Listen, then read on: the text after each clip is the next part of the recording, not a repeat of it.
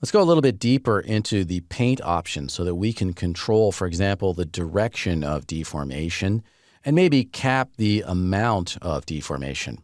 I'll go to the push-pull tool and do a real simple, quick sculpt here, nothing fancy. And then in order to illustrate what the issue can be, I'm going to actually exit out of the brush and then go back into the brush and then sculpt again. And as soon as I do that, I see a major problem where the model actually crashes into itself. That's happening because the default direction for deformations is the so-called original surface. And that's basically the shape of the surface the last time you activated that particular brush. And because of that, these surfaces, for example, that are facing towards one another, when I sculpt, they're actually going to shift in kind of weird directions. All right, so let's cancel that out and show you how we can control this so that that won't happen. I can go into the paint options and we see something that's labeled normal direction. That's the direction of the deformation.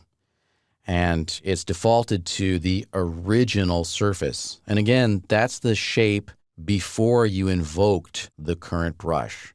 Whatever the shape of the object was before you click push-pull. For a terrain, usually we want to at least start out by deforming the surface by simply moving the vertices upward, increasing their elevation in the positive z-axis. We can do that by choosing from this pull-down list, Transform Z. And now, regardless of the original state, we're only pulling these points up and down. Okay, so I'm pulling them upward. I can exit out of that brush, go back into that brush, and I can continue to pull those upward, and they won't actually crash into one another. Pretty important. All right, I can go into relax and soften, maybe clean that up a little bit, make it not quite so unappealing. And then the other thing that we can do is we can cap the offset if we want. Go back to the push-pull tool, and back in those paint options, there's a switch that says cap offset, and that will limit the amount of deformation to the offset value. If it's off and I just drag in the same location without releasing the mouse, then it's going to basically offset that sort of infinitely.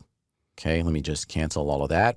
Okay, so that's with cap offset off. If I turn cap offset on and then drag, you can see we get a plateau here. I'm holding the mouse down, but we will never be able to get those vertices to move up greater than 50 centimeters in this case, unless I release the mouse.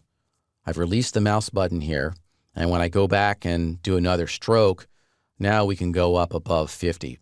And that means that these here are at 100, and these are at 50 centimeters. And again, that's because I've got cap offset on. All right, and of course I can always go back to the relax and soften tool with the shift key and kind of clean up some of those jagged edges. Cool, so those are the most important items here in the paint options: the normal direction and the ability to cap the deformations to the offset amount. I'm going to turn that cap offset off again for the remainder of the course.